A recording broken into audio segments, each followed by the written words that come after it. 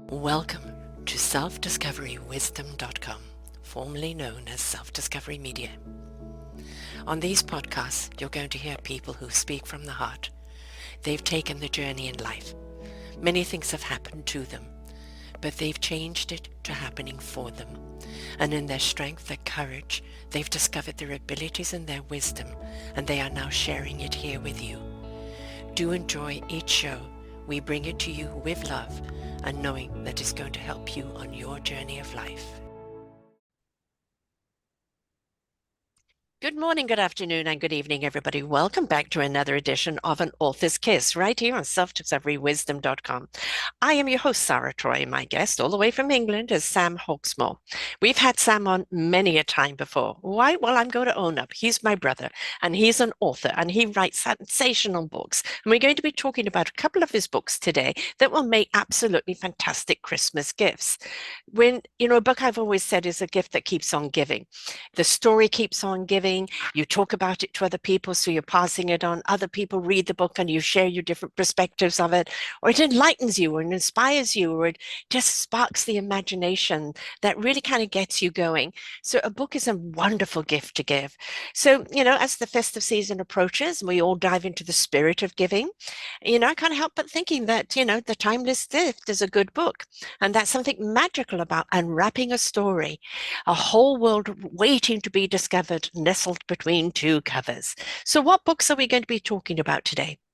We're going to be talking about We Feel Your Pain, a wonderful book that really takes you down a road that you never expected.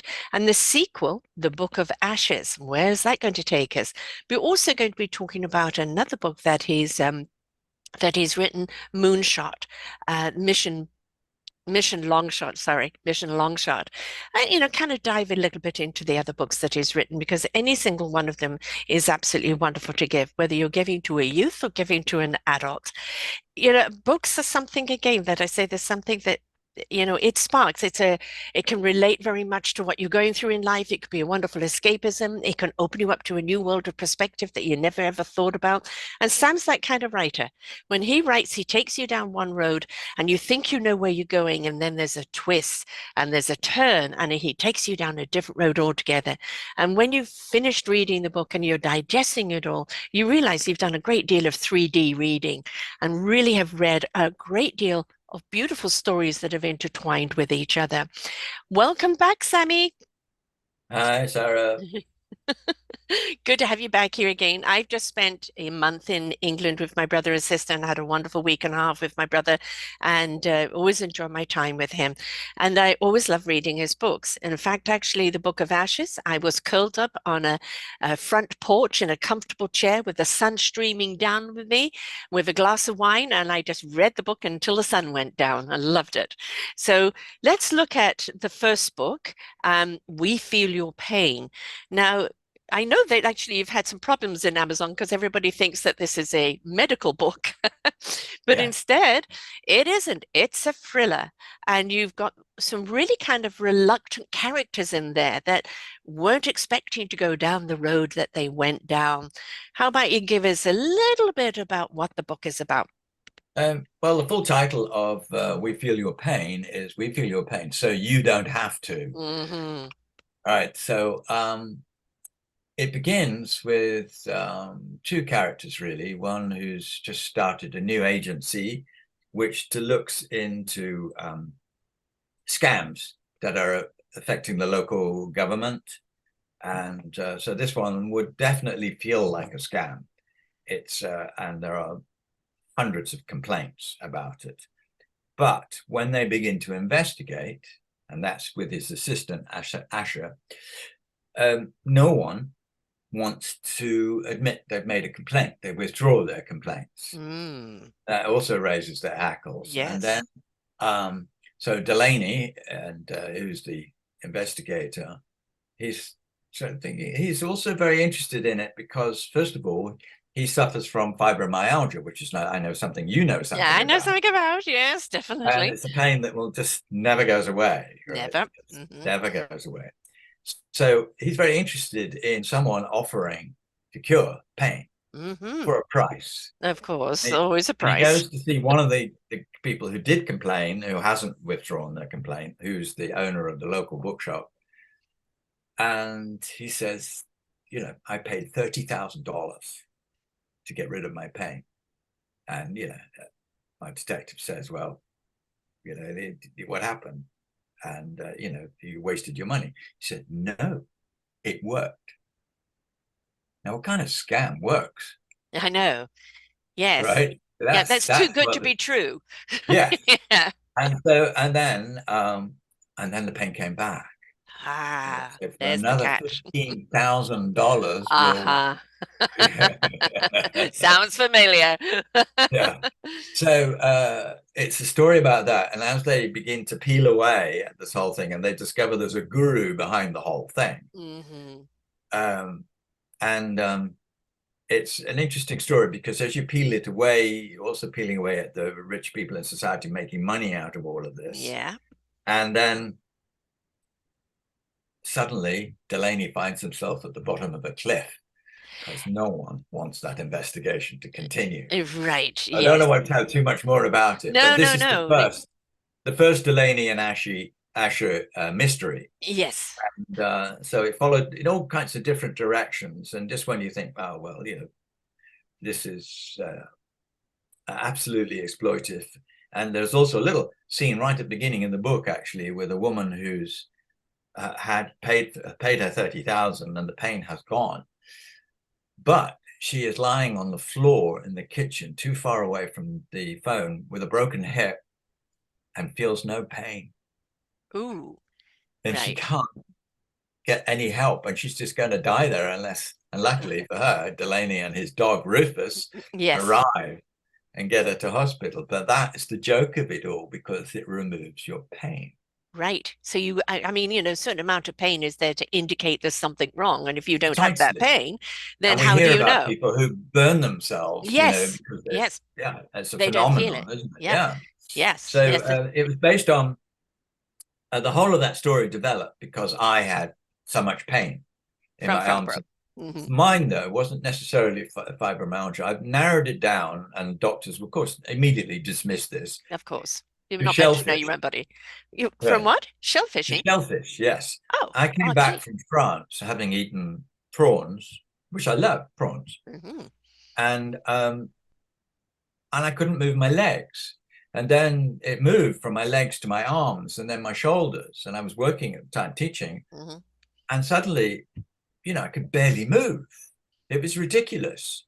I wasn't ill. I No. was just in this pain. So this started me off on this whole Yeah. journey. And it took 3 years for that to go. And what cured me in the end, oddly enough, was buying this house and painting the ceilings. I couldn't afford to pay a painter, and I'm but falling that off the ladder. action, but that action of doing this Right. Interesting. freed it all up. I'm not sure I'll be able to do it again, but that No. was a lot of work. And suddenly I realized, oh yeah, I'm beginning to move again. That's Yeah, that's interesting. interesting in so many aspects because I can see when they think that it's fibromyalgia because one of the things about fibromyalgia, your entire body turns into like thick cardboard, and every Yeah, movement is painful and it's really hard to move. And yeah, it's like your body seizes up and you feel like the Tin Man. Where's the oil? Oil me up so I can be moving yeah, forward. absolutely, yeah. So And I can see why they think that it could think that it was that, but the fact that when I do some movement, yes, I'm going to pay a price sometimes, but other times it works for me. But so it's interesting that actually moving your body did actually cure that. But you never know what's going to spark a book, a story, right? You never know what's going to happen, and I'm sure there's many a time for you that something has happened. There's a book in that. So here it was your actual pain yes, and so of what relieving the happens? pain. I had to quit my job because I just could not bear to carry anything or do any, it was just horrible. And I missed the salary, but that's the way Yes, life goes. yes. And so I took a year off, and so I went to Cape Town, and I was in France, and then America, and picked up all kinds of different things, seeing physiotherapists, in all different countries. And slowly I began to write the book, and that's Mm, where it all developed from. yes. And The investigating of how to release your pain. and look, no one can fix pain. Okay, really, in No. the end, you have to do it yourself, overcome it somehow. Yes, yes. Or And, learn to manage it. Learn to know what triggers the pain and what doesn't, and learn to manage it. And a great deal of it is dealing with it when it is there. So, yeah, I have to say that also part of the cure was being somewhere warm. yes. When you've seen me with too warm, I'm the opposite. I, I hate it snowed today when I went for my walk, and yeah, just no, I don't want it, can't bear it. So Well, you're going to be in Miami soon, so soon, that is why I'm going to Miami. Yes, I was a bit reluctant to go because I'm not a great family Christmas person because of all the squabbles and the yes, usual fighting and exactly. slamming of doors Yes, yeah, and uh, and then the £1,200 for the insurance. yes, exactly. That was such, yeah, that's a lot of Yeah, money. and that's another thing to do with pain, though, is that as soon as you have a label of an illness, insurances go up everywhere, Yeah, and I kind of found it quite flabbergasting when I filled out my insurance thing to travel to England. They didn't even ask about fibromyalgia. It was cancer, heart disease, AIDS, or COVID, and that for was me, it. it's heart disease, which Yes, is right. the Yes, yeah, killer, as it yeah. were, literally. Yes, exactly. Having had two heart attacks, yes, Yeah, and so you really but actually do relate to pain. Now you've had it, you've had gone through your windshield, windshield in your car, and you cut your head open a few times. You've had two heart attacks and stents in it. You've had numerous other things. So you truly do identify with pain. So how much of this in writing this was like, oh, I so wish there was somebody that could take my pain. yes, all of it was about wishful thinking. All of it, every bit. But what was nice about it is that the characters I chose, because he was in pain, and he gets an opportunity to be cured, and he's very skeptical about Yeah, it, it's not going to happen. And and he is, and it's like this can't be real. yeah. What's the What's catch? the catch? There's always a Yeah, catch. yeah, yeah, yeah. And but it was great developing these two new characters, and of course the dog, There's and the always a third, dog in his books. Always. and We'll the get to the other, and the dog. other character, Marie, the young girl in Yeah. it, who is a leftover from a previous relationship, and she just chose to stay with him, not the Go with mother, the who mother. pretty horrible. And so, but she's, you know, not a nice girl at the beginning. She's quite a bitch and Handful. whatever, but slowly is civilized a little bit, mostly because of the dog, I think. Yeah. Well, I think, the dog and him kind of just gave her kind of consideration and love, which clearly she hadn't been getting from the mother. And hence Yeah. the reason why the relationship didn't work, right? So Yeah. she stayed where the love Well, the was. mother was just too selfish, and I deliberately left her out. I mentioned her, Hmm. but I figured it's better to not go down another route. You concentrate on the story Yes, itself. yes. And of course she becomes part of the story. And you know what I love, even in, the long shot, there is always an animal, always a dog. And I know that I've been with you in times when you've written about the dog and it's like, but this is so hard for the humans to get through this particular thing. How the hell am I going to get the dog Yeah, through it? I have to correct you there. There is no dog in Mission Longshot because it's It set is a in it space. yes, I know, but it's a dog type thing, right? You've Yes. kind Well, of actually, yes, it's like an RD2, D2, yes, whatever exactly. But it, character. it it is that added companion which the dog is. I mean, we both love dogs. We both love to have dogs. We've obviously had them. So it is that kind of companion that figure that is there, and which the dog is, right? The dog in And the this dog book. never forget you. I went to visit friends on Saturday in Lincoln, and the dog just went mad Yes. and just then would not leave me alone. You had to sit on my Yep. lap. It was there. Uh, and this dog has good memories because when they first got him, they kept him in a cage. And I just thought, this is not right No. for a Yeah. cockapoo for a start. No. God, no. And so I took him out of the cage, and they were very nervous about having a dog wander around and very strict. They wouldn't let him go anywhere. But then he came to stay with me, Mm. and yeah, Freedom. well, I had I had a good bonding with the dog because understands its own limitation. Not that a cockapoo ever has any limitations, I might No, they all have a add. mind of their own. And it's amazing because I was just over at my son's this last weekend and I was sleeping with the dog and the cat. The cat is on top of me, the dog is underneath my arm, and it's like, you don't turn over because you don't want to disturb the animals. Yes.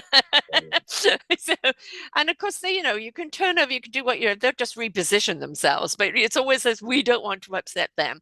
But they just do something to us. I think they're uh, So companionship.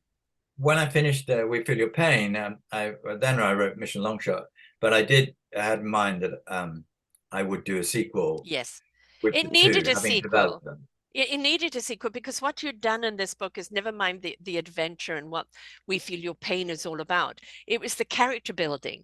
And you got so Yes. invested in the characters, you wanted another story from them because it was also I about waited their until journey. a story came to me, and that came from dementia. Uh, Yours or someone else's? well, it's not from mine, but There are observing those moments, someone. right?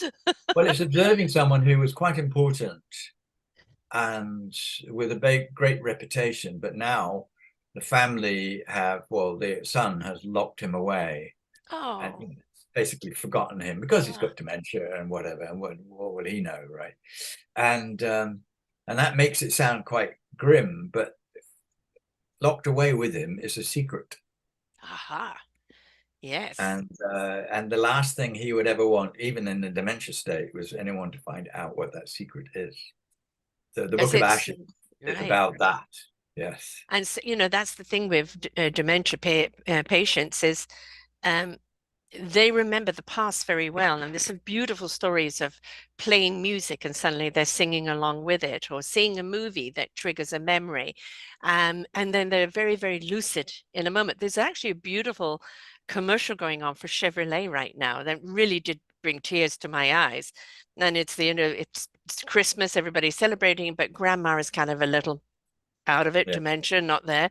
And the granddaughter takes her out to the old Chevy and takes her for a ride and takes her to, where the um, um, outside movie places, drive-in movie, and takes her to a few shops and things like this. And the memory comes back. And then when she comes back to the table, she can kind of remember everyone. And that doesn't mean she's going to be there for, for any length of time, but that memory was a gift to everybody else at Christmas. Beautiful ad, if you see it, the Chevrolet ad.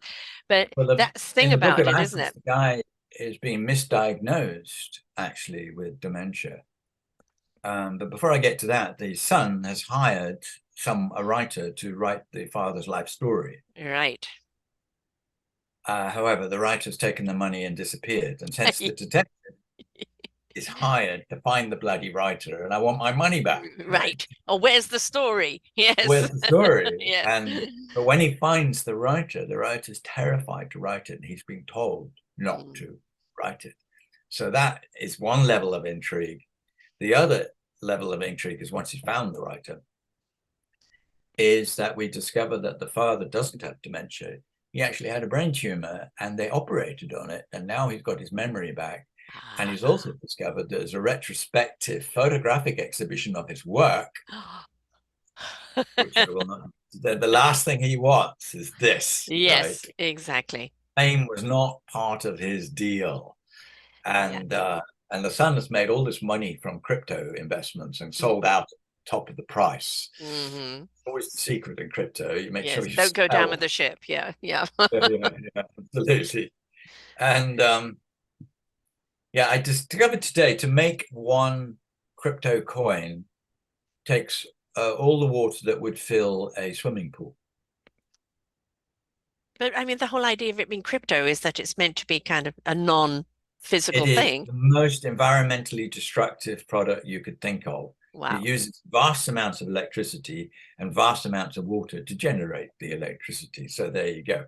And Oh, yeah, they got to so come up with a better it's way. a I mean, very evil thing. Anyway, that's a different story for you to do. yes, I'll So actually probably anyway, one that that's needs to where be the written. Definitely needs to be written because there's all these crypto scams. This is a Delaney, another one to go down. And everybody keeps saying it's, cyber currency is going to be the way of the future, and it may be, but until you get your act together, No, I it's don't think it will be. I actually think eventually it will be outlawed because the only people it benefits are criminals, yeah. Yeah, but untraceable it's like a money. pyramid scheme, a true pyramid scheme. I'm not talking about network marketing. I'm talking about pyramid Yeah, scheme where, all the money goes to the top and they cash in and everybody else thinks they're going to get a trickle down and they don't. So yeah, it's there have been a few people make money, but mostly it's at the expense of, hope and yeah, experience, really. yeah, Anyway, exactly. so that's why I wrote the sequel because that's it developed that story, and it was fun doing it. And these stories are sort of set up the coast, on the east coast of America, Boston way, just a Hmm. bit further up, and that's where they are set. And I wasn't particularly set it in winter, so it's very snowy Hmm. and all the Yeah, rest of it. yeah, which And, sets a nice kind of eerie scene to it as well, doesn't it? and so hence the cover, which I'll put on here. I don't know if anyone can see it. Yep. There you go, the Book of Ashes, hence the snow scene. And but yeah, it's interesting developing a series. I don't know if I'll write a third. I'll have to wait and see if there's any demand for it really, Oh, because it takes a definitely lot of got to. work. It Trying, does, but the more and more you build on the characters, and the more and more we want what's next for them, and that the character development in the first book was like, who are they all, and what are they to each other, and in yeah, the second book we now know who they are, and what they are, and where they're going, and their own struggles. Because his own yeah, struggles with his own business, etc., etc. Um, and that now it's what other adventure is going to happen because it's not just about their adventure, it's how it always has an effect on their lives and a lot of decision making and things that have to be made in their lives because of the adventure that they're on. So this why it's yes, kind of reminds me like very much of a 3D type thing because it doesn't matter which way you turn it. There is a different way of looking at it and a different side to the story, not just the main story itself. yeah. I have to wait until also I have an idea that appeals to me, because it's not just to say that 6 months to a year you're working on it, but you've got to construct a plot that the Yeah. characters can develop with and against. And poor old Delaney constantly has all these accidents, so called, keeping him alive. It's Yes. never mind the dog and Asher and Maria. Yes. Yes, and of course the girl will grow older, the dog will grow older, and all of that. And of Um, course you have a new book that you've already written that's coming out next year, which we'll talk about in a moment. But in between that, you did Mission Longshot, which is set up yeah. in So space. here's Mission Longshot, which is a nice picture of the moon, a full moon at night. We had a beautiful moon just here the other day. Yes, we had here too. And It's lovely. so basically, it's mission long. So, how far would you go to save one life? Yeah, yeah. And that's the crux of it, really, because if you have a problem in space, deep space, Mm, the cost of going to save a crew would be just prohibitive. I'm not talking of the moon or Mars. I'm yeah. talking deep space, and that's the slightly unrealistic thing about a lot of sci-fi is that the the fuel they're using, which they never particularly explain, and I've looked into this as well. So this would be a hyper developed version of fusion or whatever. But it was interesting researching it, and it's set for teens, obviously, teens in space, as it were. Hmm. But it's also a slight time shift thing. Can you think back to 1999 and this time? Oh my So goodness. December The world 1999. was coming to an end. Y2K. Nobody is going to see January 1st. Everybody's stockpiling their food and their guns and their everything else. Nicely. Yeah. So I begin the book there, even though it's set in the year 2057. Yes. I love Uh, that twist. I loved that and twist. that's it begins with a boy basically who thinks that he's paranoid that the aliens are going to land, and he's worked out if the aliens are going to land, they're going to land on New Year's Eve Yeah. on Y2K when everything Yes. is down, the Yes. world's coming to an end. This is the No perfect time. defense. Yeah. And that night, what does he see? This alien vessel come to this island. It lives in Florida, and there's a little island. There's a lot of lakes in Florida, etc. And he and his two buddies, which are two girls, are all sort of space geeks, basically. And his father works in, military intelligence, and the others are all really they're gung ho for we're going to work in NASA. We're going to be the first girls on the moon. That Right. they're teenagers. This is 1999, and they don't see any restrictions on what's going to happen to them.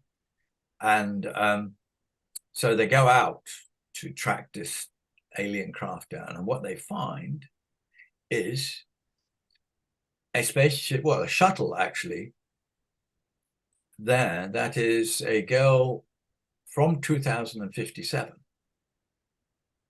who was on a test flight for the first lightship spaceship, right? Mm-hmm. Goes at the speed of light. However, it's gone backwards. As things do. As things do. And so she has landed. First of all, in 2057, Florida is underwater, so she's really surprised to be in Florida Right, on exactly. land, Yes. right? And most of the world, all of the coastal areas of the world, and millions have died, etc. And they rescue her, and she shows them these newsreels of what life was like in the 30s, 40s, and 50s, 2030s, 40s, 50s. And it's horrifying. Mm-hmm. And I haven't gone into detail too much because it's enough to know that it's horrifying. And we all know Yes. climate change is happening, and Yeah. it's happening much faster than anyone can believe, Right. despite the fact that Can we it's stop known this today. chaotic train right now? It's on a trajectory, so yes. Yeah. So anyway, one of the girls says, well, why don't you just, we got to go back to the where the actual spaceship is. This is just a shuttle to come down to Earth, because she thought she was coming back to the original control Mm, area, and that's all gone right. because it hasn't been built yet. It's not Right, of course. this, She right? overshot. Well, not overshot. She's overshot time. Yeah, that's what So I mean. Yeah, overshot time. now they have to figure out a way of getting back. And the reason that she's there is because she's supposed to be rescuing this one girl who's her cousin, who was sent with 3,000 of the best and the brightest young minds Mm-hmm. on a spaceship to a very far-flung planet to restart human life as the planet was deteriorating. Mm-hmm. And that set off sometime in the late 30s. And but she's the only survivor. And that's a whole different story right there, why she's the That's only right. She's the survivor. only Yeah. survivor. And there's a horrific opening. And when we meet her, she's been in Stasis. stasis, for 25 years, right? Think about that, Mm-hmm. right? Maintained by a machine. But what it doesn't stop you doing is growing nails about a foot long, right? Your hair and your bones are brittle and all of that. And so she's the only survivor, and she's turfed out of this pod into a revival thing, a bit like a shower booth, really, which is full of injections and whatever. And she looks pretty much like sort of monster Mm-hmm. as she is, when you Yeah. think about it, as that's what, I joke when I see these movies like Passengers with Yes. Jennifer Lawrence, and they're still beautiful. They come out of these pods. Yeah, no, hair, all this stuff keeps growing, right? Yes, it It does. does. Yes. Yes. So anyway, she realizes that no one is going to come. Mm. The only companion that she's got is a robot cleaner, right? Hence Who, the stand-in for the dog. yeah, who has rescued her and had taken her to the robot doctor, who, restores her to somewhat, maybe not her mind necessarily, but the nails and the hair, and she's got about a month's worth of therapy to do to get her muscles to work again, etc. But this robot cleaner has options because it's the only one left because everything, all the other robots that were there died, if you like, that's the word, Hmm. trying to save the ship because it had been Mm. holed by a huge asteroid field that had hit the ship. And so, because he's the only one left, he's got all these apps that he can download to upgrade himself. And each time he needs to do something, he does that. Oh no, wait, wait, And what's that movie with the oh, Matrix, of course, Matrix. Download a well, program so you can learn kung fu and all of that. Right, yes, yeah, of yes, course. Yeah. right, yeah. But it's a little robot, it's a Right. cleaner, Yes. and they can do all these things. And so that's her only companion. And there's a planet nearby because uh, the way it's organized is that the spaceship would go when it's hit by something or damaged. Go It to the goes to the closest planet. nearest possible civilized place Right. where mankind could survive, unaware that there's only one mankind there. That's Right. her, and she goes down to the planet with the robot, and it's The whole new discovery. but yes, I mean, it's also exciting in a way because this is looks like perfect place. Yes. This is where humans could go. And then slowly she begins to realize, well, where all these cities, abandoned cities, why are they abandoned? Right. There's a Where are reason why there's nobody around. Yeah. So yeah, that's mission long shot. So first of all, we got these kids back in 99. They've got to get from there to 2057 plus the extra time of that 25-year journey they've taken to rescue this one girl. And only about halfway through do they realize that they're never coming back Yeah. because the We further went you on get away from adventure, but there Earth, was no return. Yeah. yeah, once the further you get away from Earth at Yes. light speed or whatever, Yes. everybody that you know has either grown up or died. Their parents would have gone, and Hmm. so yeah, it's And of course, for the interesting. parents, the Y2K, fear, the kids are gone. It has to be blamed on Y2K. Yeah, or Yeah. whatever. Yeah. But anyway, it's yeah, and that was a fun book to write. And I've also written it as a script as well, just in case anyone ever gets interested. And I would have changed as you write a script, you change some things as well. Yes, yes, But it was quite interesting to do, and our dependence upon machines, as it were, for her is the robot itself, although she's got to make decisions, etc. And but it's interesting and fun to do. And the other thing too about long spaceship journeys, particularly for teenagers, is boredom. mm, yes, How do you how do you stay focused? You've got they're not used to having months in a tin can right, with the sorted. So I have to keep developing extra problems for them to solve. right. And That perhaps they're not equipped to do because they are teenagers. And this is where the adult information should be, which of course is all gone. yeah, and then I worked out the food, which is protein. They've loaded up protein. And luckily they have a machine that will turn it into anything you want, but it's the same stuff. It just Yes, looks like yeah. a waffle one day and a shepherd's pie the next. All made out This of is the what they same eat. goo, yeah. And then, of course, at some point they will have to wake up and realize, wait a minute, this is going to run out one day. Yes. They still got to find somewhere to live. And yeah, it's interesting. I So think that's the what thing Mission that, Longshot's all about. when you're writing a story that's based on Earth, you've got the earthly um, limitations. There's only so much you can do. But when you're writing sci-fi, you want to keep it as realistic as you said, the nails and everything else, like they didn't come out of the can perfect as they went in, which you do see in other movies. They are the recovery, which kind of makes sense because if a body is being in stasis all this time, unless they have something in there generating muscle, you know, Yeah, they that's would have what we call like in a hospital bed, they have a rumbling thing that right. would wake up muscles and whatever, and the person's in deep sleep. But 25, no one's done 25 years Right. Well, you know what instantly. it's like when you wake up from a very deep sleep. Everything about you is stiff and foggy and this and that. So if you're up to 25 years, you're not going to wake up bright and And of course, she bright. hasn't really aged. Right. Will have Exactly. aged a little, but you wouldn't have aged that much, you Mm. know.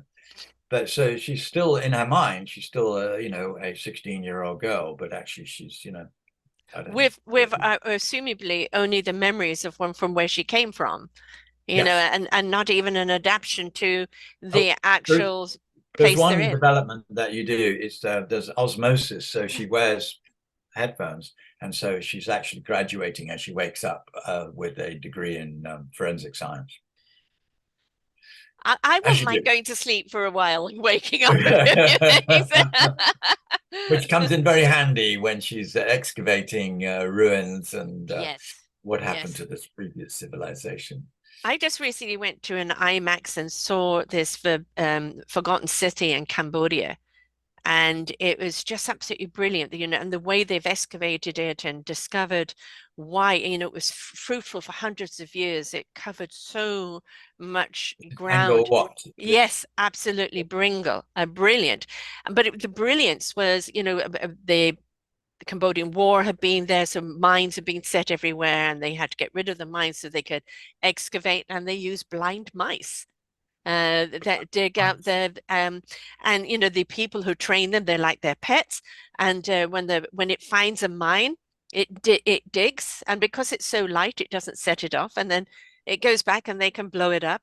But also using a technology that they've used in the war to see what's going on beneath trees and beneath buildings and everything, a light All thing. right. They managed to do a 3D grid of the entire area to see the extension of the city. And it was so fruitful, it was so abundant. It served so many people.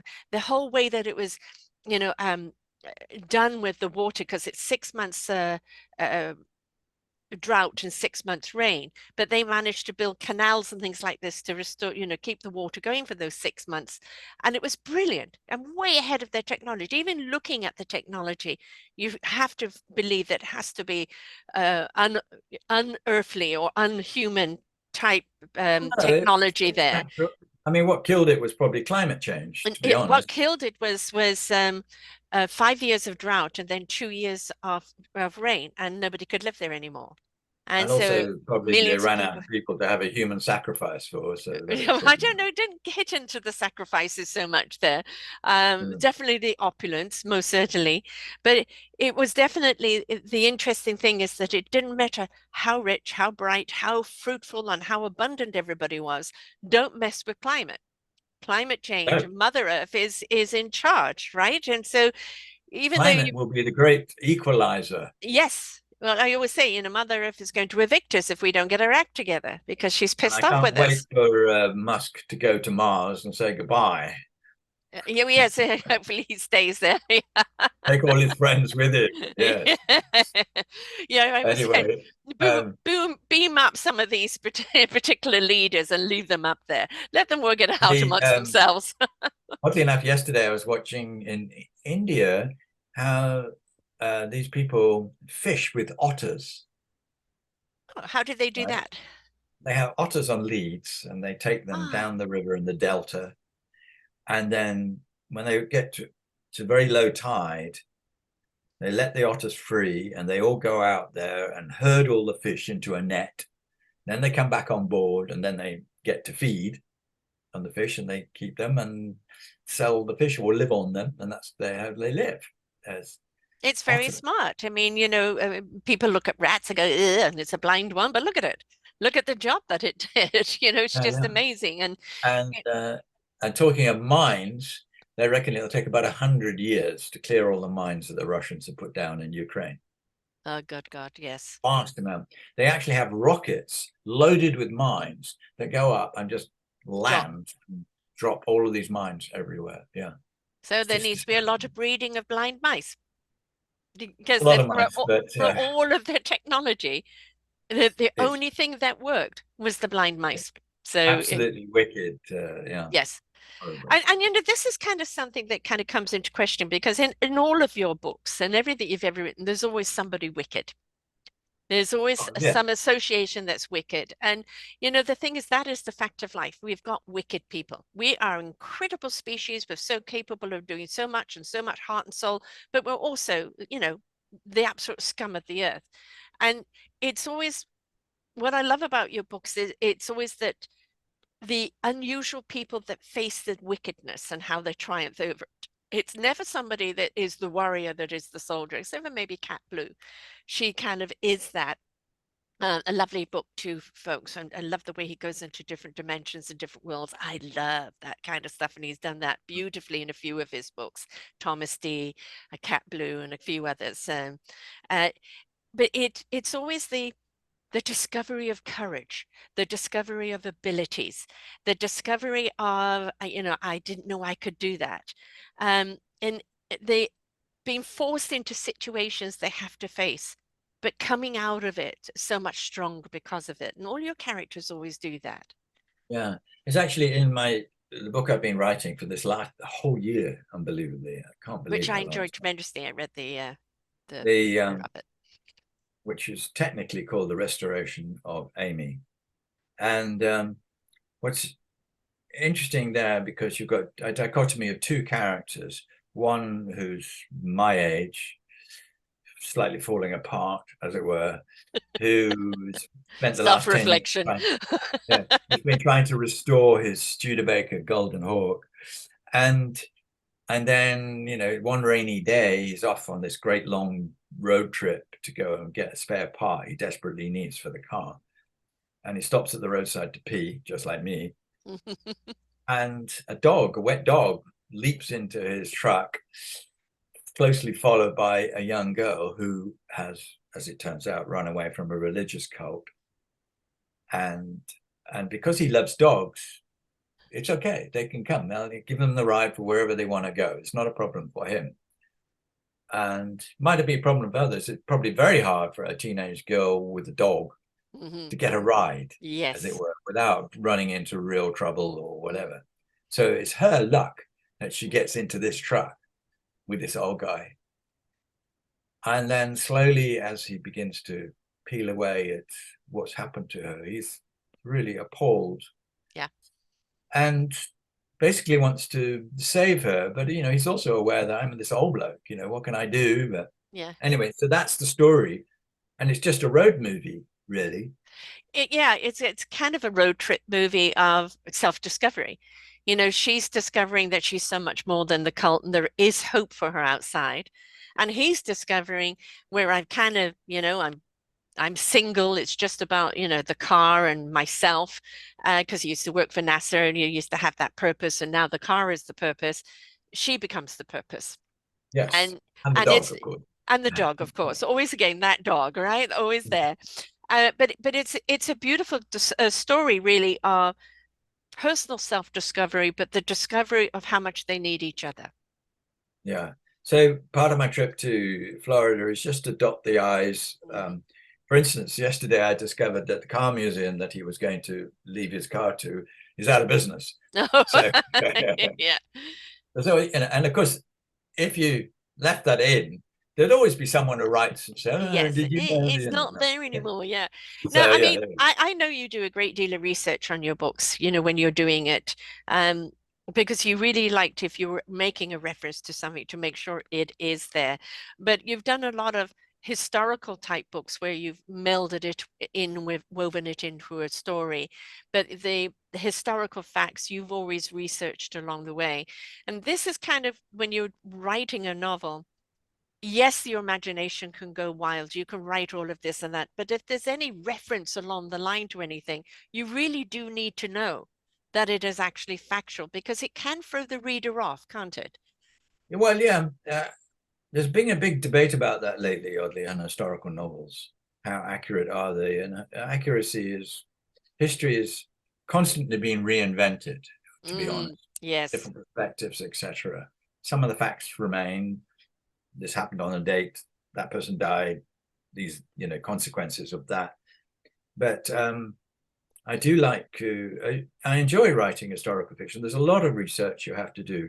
The discipline writing historical fiction is to put all that down in the end and write the story, Yes. because you can just constantly research and, oh, I Yeah. didn't know that, I didn't know that. Yeah. And then you put it all in the book, and then the book becomes totally unwieldy. Right. So you have to sort of like take a flavor. It's like when Yeah. you're cooking, Yes. and without being obsessed with Or it over all. spicing it. Yeah. And quite often we can see in historical movie, and there's plenty of them around, where I get upset with, well, that couldn't have possibly happened. And it's not just down to say that the car they're driving or the costume. It's often now, for modern audiences, they still speak in a modern idiom. Yeah. And to be honest, I'd rather things were authentic in that way. Um, People spoke differently. They certainly had different attitudes, a lot of which we don't like now. Exactly. And so it's quite dangerous writing historical fiction at the moment. Well, the interesting thing, there's a big show over here called Yellowstone, which is very, Oh very yeah, popular. I yeah. don't like it because it's just family hating each other and all about power and greed. I'm not into it. However, A bit they've like done Dallas, that's set in it is Yellowstone. Dallas and Dynasty put together a little bit, yeah. But what I do like is they've done two spin-offs, 1883 and 1925, about the characters that kind of formed the whole Yellowstone thing in the first place. And I'm on the 1883 right now. I've watched a little bit of the 1925, and it's hard to watch, even though it's around this particular family and it's around these immigrants, German immigrants that have come that are looking for a better world, completely unprepared. And they're Mm. going across this vast area, which is so detrimental, and none of them are prepared for it. You've got Sam Elliott is leading them, and the colonel's family died and everything else. But you're watching people who are dying, snake bites, this and that in the river, gun shootings, you name it. And they haven't even got to the Indian part yet, where you know that there's more to come, because the scene opens up with that and then it flashbacks. And it's about the characters that are there. And you've got the horse thieves, and they will just shoot them all dead.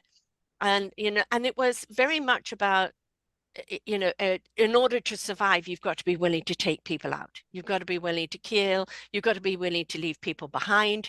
And you look at it and you go, okay, I don't know how much is fabricated the whole story could be, but when you're looking at it as a case of our pioneers, we're very complacent in our little world today. Look at all that we have.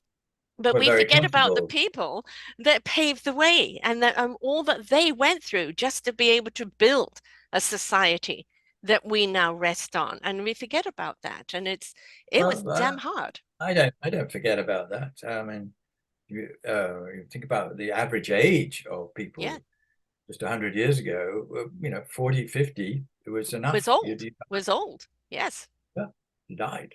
Yes. And if you And didn't die of disease, I mean, people in one scene, there's a woman burying her last daughter, and she's buried six before, no, right? I on my site, samhawksmoor.com, by the way, I've put up a free long short story Hmm. there. And you can see it right on the front.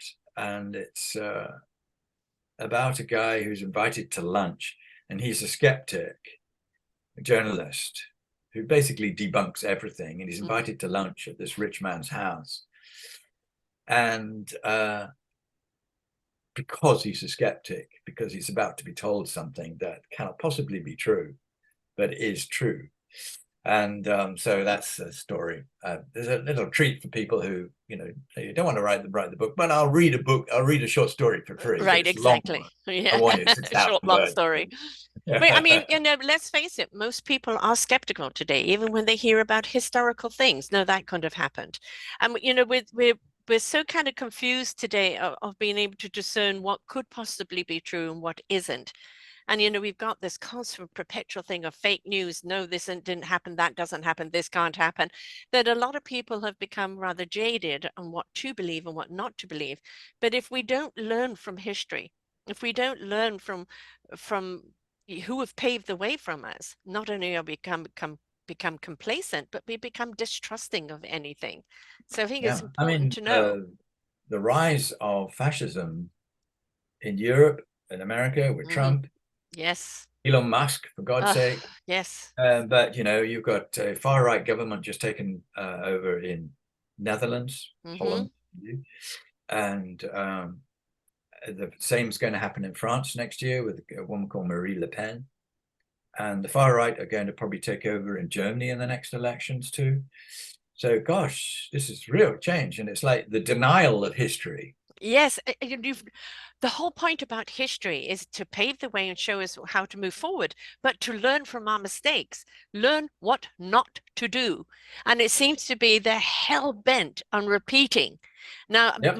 my question for humanity is this. Has any war served anyone other than we've come out with technologies and a few people have got richer? Has it served anyone? Does anybody win?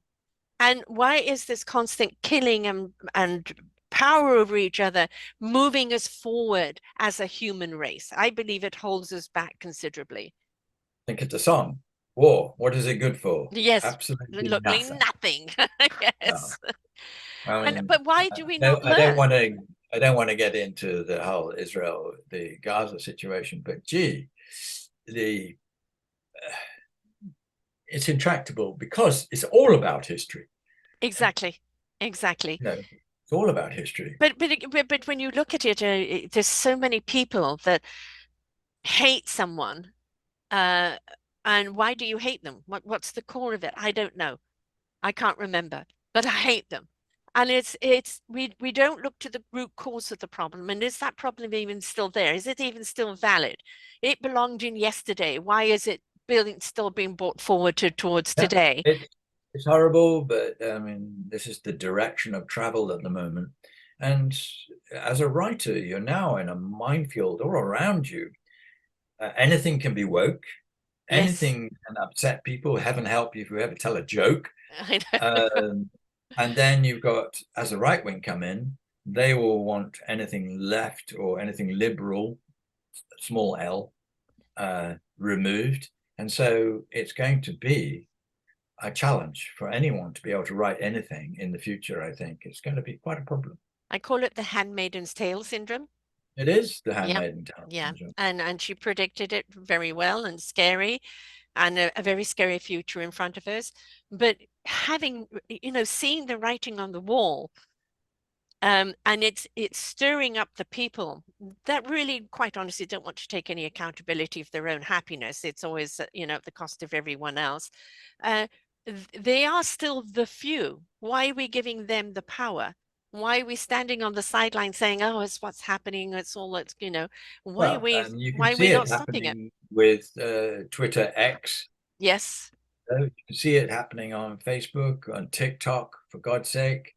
Yeah. People don't really read below the headline. No, no, the headliners, that's what I've been saying for a long time. People are stimulated by the headlines and they don't see content or context of There was that a content. wonderful headline yesterday, AI killer drones, And right? So immediately, yes. no humans will be controlling them. They will be armed and they'll go and kill whatever they want. And that's a thing, And then, of course, they're discussing, well, should we ban them? Maybe we won't, they won't No, probably. no. And No. And again, the argument about AI, again, it's another tool. I interviewed a surgeon a couple of weeks ago, and he's talking about one of the things we're doing wrong by a patient, and you can contest to this with all the medical doctors that you've seen and not seen because they don't follow up. He was saying, as a surgeon, we should have somebody that is in the thread of the patient's story from beginning to end. Instead of treating them rather like, a car manufacturer, everybody does a different part and nobody connects. And this, holistic yeah, medicine, yeah. desperate for that. To be honest, I cannot wait for AI to replace doctors. In as a diagnosis, and this is what he was saying when he started off as a doctor. He had doctors coming out of the Vietnam War, and you Mm. look at the technology today that has happened that's helped doctors become better at their work because of their technology. AI is there to assist them on the next level because where are they lacking? Information, continuity, consistency, But you also, know, they would be an AI medical system could be armed with 200 to 300 years of medical research. exactly. Diagnosis, So absolutely. diagnosis. He's all for it, because he said that without this, we're saturated. We can only do so much. We can only retain so much. We need this help. in order to Yeah. be able to be But considered and also, treat a patient as a whole. you know, empathy too. Yes. Doctors are Well, not as the trained on movie that we any, saw, The Creator, right? yeah. There's one And scene in there where when a woman says they have more heart than you do. Yes. yes, and doctors aren't trained on diet, Nope. you Or know, and nutrition on vitamins, on any form of other holistic. They treat the part, like in your case, heart doctor, that's all he does is heart. Kidney doctor, all yeah, he does is that. Right. And yes, you do need the specialists that specialize in the field, but they also need to look at, okay, now this could be caused by another problem. It's out of my realm. But with the thread of one person, I'm going to now send you to someone else, and we're going to speak to each other and treat you as a whole. And this is something what we're seeing is a disconnect all the way along the line. We're not treating people as a whole. We're treating everything as a compartment and that's the other this thing you've got. fragmentation. Just imagine in America now, they're going to vote for Trump and he's going to get rid of Obamacare. And that absolutely affects those people who will vote for Trump. Exactly. Take I don't away I don't know if medical. he's going to get there. He's pissed off an awful lot of people. I He don't will if get there. I don't think so. I think we will probably see somebody else just as bad as him, but not him. There's too much against him at the present moment for them to morally put him up there. Oh, But I think you're being yeah, optimistic there. I've got But to hold anyway, on to the optimism. But I would imagine any author at the present moment that's trying to write about the political arena. There was an author I interviewed many years ago, and it was kind of the ant. Was it the ant farm? He took human society basing like ants, ants leaving one place going to another because they didn't like the rule of what the restraints and the rule, and they went and formed another society only to repeat it.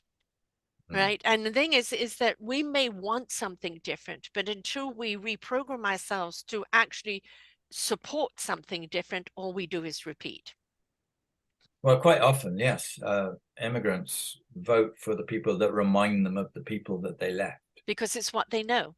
So Yeah. it's at some point we've got to look at this didn't work.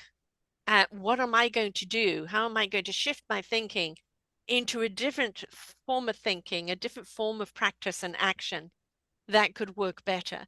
And this is why I'm saying this isn't up to government. This isn't up to everybody, all those people that are deciding for us.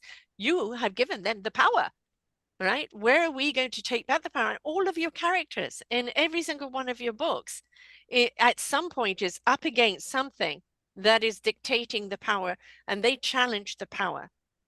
And it all comes down to where is our responsibility? Where's our accountability? What are we going to do about it? And it's their self-empowerment that has them stand up against. You do that for every one of your books. Oh, well, I hadn't noticed. I Um, have. I've read them all. anyway, but yeah, so I'm hoping, well, the new book will come out next year, and then I have to think about what I'm going to do next. It's always actually a problem for any writer when you come to an end of a project, Yes. is to think, what am I going to do next? And it's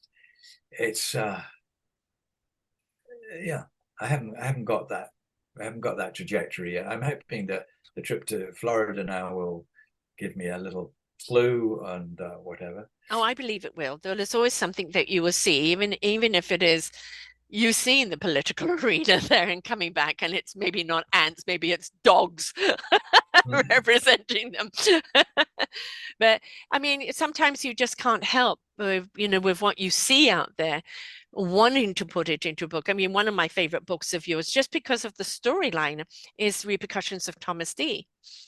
Mm. A young man literally on the phone to his girlfriend, teenager, and suddenly goes through a time warp and he's in the war. And it's what he Yeah. reveals about the future to the wrong person that changes everything. Yeah. And it's One just careless word can change everything. Yeah. exactly. And then, I think from that perspective, it is being mindful of what we say, whom we say it to, and what's the agenda behind it. And we innocently kind of speak without kind of knowing whom we're speaking to.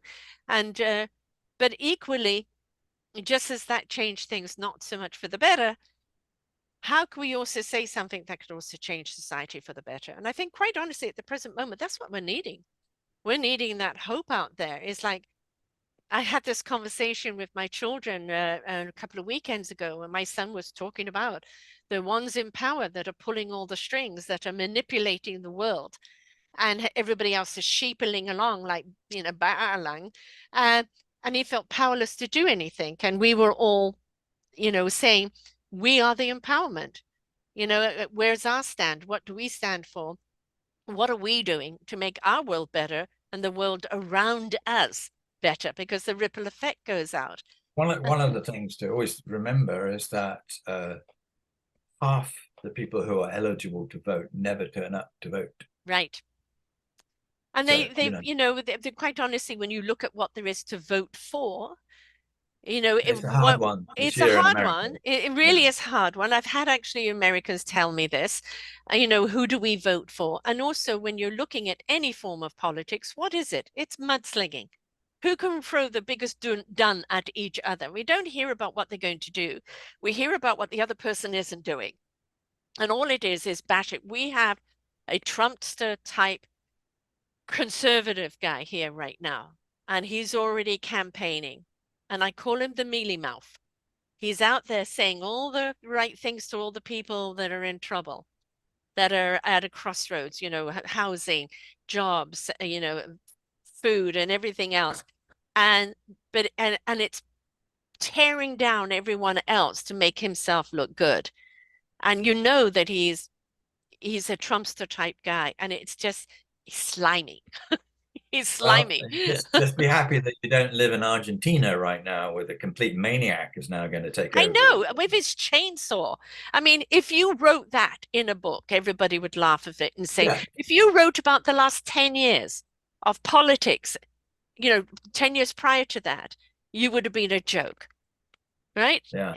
A lot of this is the fallout from COVID, and it's a response, worldwide response to COVID, that people are moving to the right because they're looking for solutions. But people seem to forget in America, it's got a really strong economy at the moment, and Yes, people are benefiting amazingly from it. Whereas, in ours, we're going to have, be poor for a long time because of yes, COVID, and also the incompetence of right. many political figures Yes. like Boris. God, But yes. Yeah. anyway. And, we've also got this whole political thing and bashing of doctors and everybody at the present moment that are speaking out against what is going on in Gaza. It's not being anti-Semitic. It's just saying stop with the killing. It's God, yeah. not it's not a retaliation. It's not a defense. It's an annihilation. And these people then have had their jobs taken away from them or shamed or this or that. And it's like, for F's sake, they're talking about humanity. Can we talk about humanity without you getting all up in your knickers about, anti-Semitism, anti this, anti that? How about pro-life, right? Well, I mean, if you look at what's happened, you only have to look across the road to Syria. All of those cities, like Aleppo, completely bombed by the Russians and the Right. Syrian government, by Assad, completely in ruins. They're still in ruins. No one Mm, is going to rebuild them. Who's got the money for that? And the whole of Gaza is now ruined. yes, So unlivable. how can there be a solution for these people? Where's the money coming to rebuild an entire land with Yes. all of the buildings, Well, all of the roads, all of the same with infrastructure, all of the we sewage, all the yes, electricity, all the all the hospitals, hospitals. all the Yes, schools, yes. everything have They've gone. annihilated. They've destroyed everything. So, And they're saying actually that more people are going to die out of disease than there have been that have been killed by yeah. the bombs. Yes. And so, is that a solution? Of course, it's not a solution because the kids will grow up hating Israel even more. And then So, now there's where we not a go. solution. The Yeah. hate carries on and on and on and on. When are we going to break the cycle? And Yeah. this is the thing that I don't understand about humanity. We have the books, we have the education, we have the data. Everything is there. Why the hell do we not learn from it? Because all we do is keep repeating the same negative thing over and over again and expecting a different result. And I it's think all insecure, power hungry people. That's all. the interesting thing about the whole of the Gaza Israeli episode and the destruction is that no one, Egypt, nor Lebanon, nor Jordan, have opened their doors to let because they people in. don't want Hamas people coming through and they don't know how to tell the Honestly. difference. And you But that, understand that. but you Uh, understand that that is like, it's quite harsh. Yes, they're literally watching their neighbors be demolished. Yeah. And the rest of the world is watching it, and nobody is saying, No one's or if they mentioning ask that. me, yeah, Why if aren't they people, letting them in? yeah. And when people speak out, instead of being supportive, they're being Mm. damned. And I think this, please stop with the goddamn mudslinging. If somebody's speaking out about people being annihilated, yes, what Hamas did to Israel was wrong. I had a rabbi on just a little while ago. And he was saying if people truly understood Judaism, they would understand it's based in love, love for one another, love as a community. This is not love. He said what happened to Israel is completely wrong. What is happening to Gaza is wrong. It is not based in love. It's based in Well, power. I've said on both my websites, if you want to give a gift this Christmas and you don't want to know what to do, Yeah. donate to the Red Cross, Yes. because that's who is helping. Right. And so I would say the same to you. Donate to the Red Cross because I've they already are done that in for my friends' children and my children. I've already donated, and each portion of each one of them is part of that donation, but actually directly to Gaza, um, food well, for supplies, me, it's whatever they can also get in don't there. forget Ukraine. Yes, and now I know Putin is laughing because no, the intention isn't on the Ukraine people anymore. Yeah. And it's like, Still please, dying when every are we day. going to stop? You're complaining about COVID. It was a world thing happening that killed many people, that changed the whole structure of the world. But it was also a time to pause and reflect on your own life, where you were going, what you wanted to do. It was in some aspects a gift, and it was a reset. And what are we doing? We're resetting backwards instead of resetting to move forwards. That Yeah. is the human choice. That is the human choice. When are we going to grow up and Yeah. stop looking for the easy way out of hate, greed, and opulence? Yeah. Power. Well, anyway, I'd done my pandemic novel with Another Yes, Place to yes. Die End Time. Right. And But you wrote that back in what year? the first edition was 2006. Right. The next one was 2014, I think, and that was equally bad, or worse, if you like, than COVID, because the vaccine also was not effective. But gosh, yes, well, all the things that I wrote about there all mostly came true. Basically, Yeah. how to read the wearing of the masks and the Yes. separation, the curfews, the restrictions, Yeah. Yeah. and Well, that's the yeah, thing. A lot of this is the thing about your books. Yes, they're entertaining. Yes, they're intriguing. Yes, they take you in all so many different directions. It's never one direction or linear. It's always twist and dance and like a little cha-cha-cha. But at the same time, it's food for thought. I like a book that makes me think afterwards. Yes, that was fun, but what if? What if? And yeah, what, oh gosh, that is what's going on now. And then that is the thing that I look at is so if the book keeps on giving is the one that keeps you thinking and keeps yeah, you reflecting and you start seeing things through different lenses. Um, you wrote a book, Eeny, Meeny, Miny, Mo, back in the long 70s, time. 80s of the TV series Tinker Tailor Soldier Spy, which was brilliant. And I know it was a parody, but I remember putting that book down going, it may be a parody, but this has got me thinking, this has got me scared. This has Mm. got me scared. Uh, but then you wrote The Curse of the Nibelung, which was all about what the war was all about and what Hitler was all about with Sherlock Holmes and Watson's last case. And it was all about chocolate, which was hilarious. Anyway, never mind. It's all the past. Um, Future, anyway. I wish you well. You have a good Christmas. Have you got Business the on books there November. to show everybody again and where people can buy the Okay. books? So, Mission Longshot, they're all available on Amazon. Okay. And you can also get to me via samhawksmoor.com. And this is the Book of Ashes there. And all my books there, God knows how many there are, Yeah, a lot about of them. 40. And Many of them. And we feel But your they're all pain available either as paperback or as a download. as ebook, They don't right? cost much. They're all very reasonable. And please And read We Feel Your Pain first, before the Book of Ashes, because it is a sequel, and otherwise, the characters kind of get skewed if you don't. So read them the other way. Of course, Mission Longshot you can read at any time, and all you have to do is put in Sam Hawksmoor on selfdiscoverywisdom.com, and all of his shows that he's done with me, all of his articles that he's write, it's all there. And give a thriller for Christmas. This is what it's all about. It's a We Feel Your Pain, and give the sequel The Book of Ashes, and that's going to keep people going for a while. But if you've got a teenager, there are so many books here. Like there's the Mission Longshot, there's the Thomas D. Oh, please give them that one. It's really big for them to have that and one. don't forget the repossession of Gina McGee, which is Right. all set in Vancouver or in the Hope. Yeah, Yes, exactly. And you've got Marika, and you've got Forever, J.K. Forever. That's based on a true JK story, forever. isn't it? That's sort of set about 60 years from now in a very harsh America, run basically in a fundamentalist America, and kids running away from all of that. Yeah. In other words, what's to come, folks?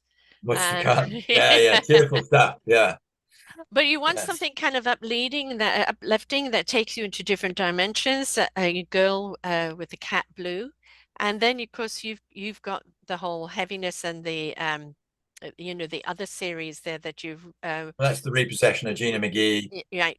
And and then the hunting of Gina McGee, and then the yes, heaviness. It's a which trilogy. is fantastic. Again, you set that over here in Canada, but it's also, again, you're not going to get to until the end to know actually what it's all about. And that's what I always love it. It's always a twist to actually what it's all about. And but the character building, all of your characters are in self-discovery. They're thrown into something where they've got to grow up quickly. They've got to discover what their abilities are, their courage and their strength. And it is the coming into themselves, but a forced to grow up, forced to face things, but also forced to actually see how awesome they really are, how capable they really are. And it's always wonderful to see that, because it's always, I think, gives anybody reading it, and I highly recommend adults to read the youth books. I promise you, you're going to get so much Yeah. out of it Well, in yourselves. the repossession of Gina McGee, it pegs the question. We've all watched Star Trek and we've seen people being beamed up. Exactly. Well, it's the story of the first person to get beamed up.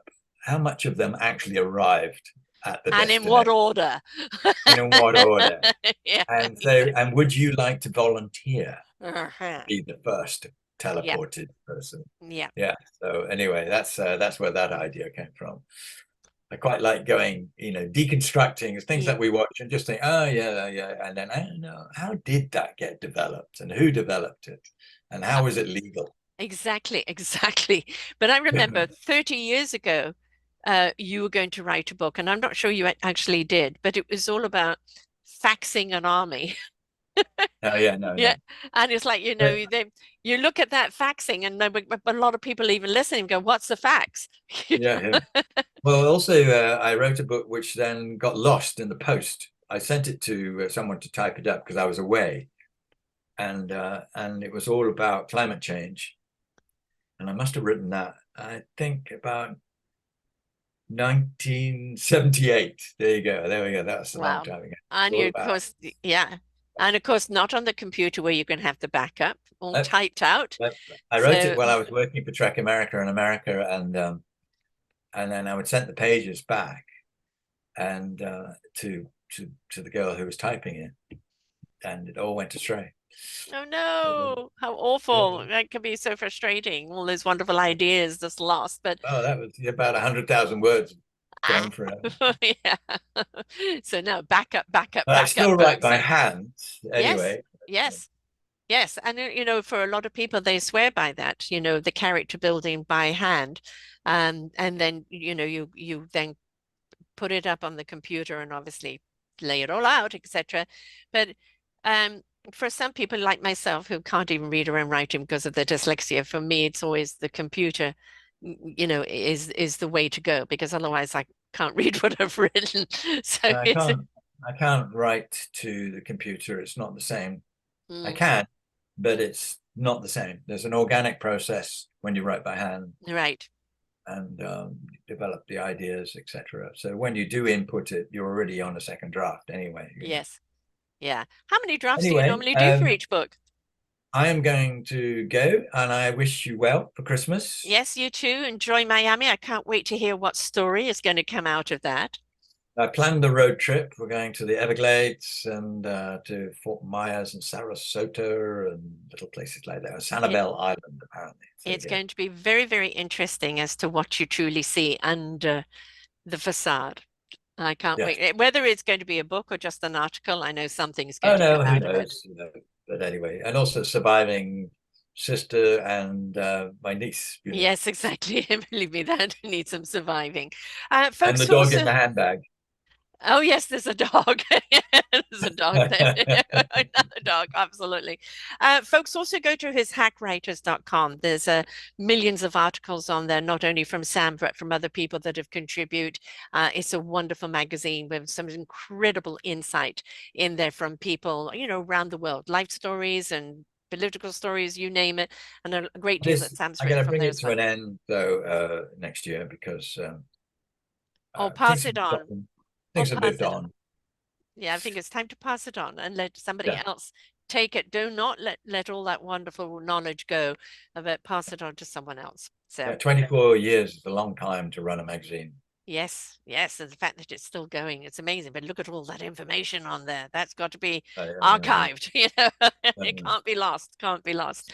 So Anyway, samhawksmoor.com, folks, please reach out there. Amazon, Sam Hawksmoor, go in, look at all the books.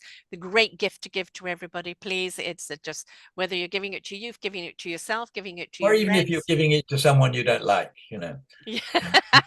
Just give a book. Plenty of homeless people out there. They've got time on their hands. They need food and comfort and everything else, but how Well, about they a need to be book? warm to be able to read. Yeah, that's Yeah, for well, sure. in Miami, you'll find them there. So, They so do. folk, There are plenty of plenty. homeless people in Miami. Yeah. Exactly. Everywhere you go, there is plenty. It's a different form of pandemic. Absolutely. Let's be Yeah. kind to each other, but please, folks, give a book. It is something that keeps on giving. Give Sam's books. I promise you, once you read it, you'll really look at life in a different way, and it's always very intriguing. He always leaves you with something that stays with you Uh, afterwards. So well, thanks. anyway, thank you, Sarah. It's good to see you again. Yes, good to see you, my darling, and And Merry Christmas in Miami. yes, and I shall now go and have a mince pie. Oh, how British. To everyone out there, we know this is the Christmas season. This is now Christmas shows up there. Don't forget, the gift of giving is not always just in the gift, but the giving of yourself and time. Give somebody some time. There's a lot of lonely people out there, and your time could be a greatest gift you can give them. Until next time, folks, bye for now. We hope that you enjoyed the show. There are so many more for you here on selfdiscoverywisdom.com. Just go to the podcast tab at the top there and you will see all the many genres and all 3,000 shows ready for your listening. We are here to serve you, to help you on your journey of life, and we know that through inspiration it begets invitation. We are supported by you, the listeners, and those that we interview. Anything that you can spare us in donation would be greatly accepted, and we do hope that you enjoy the next show.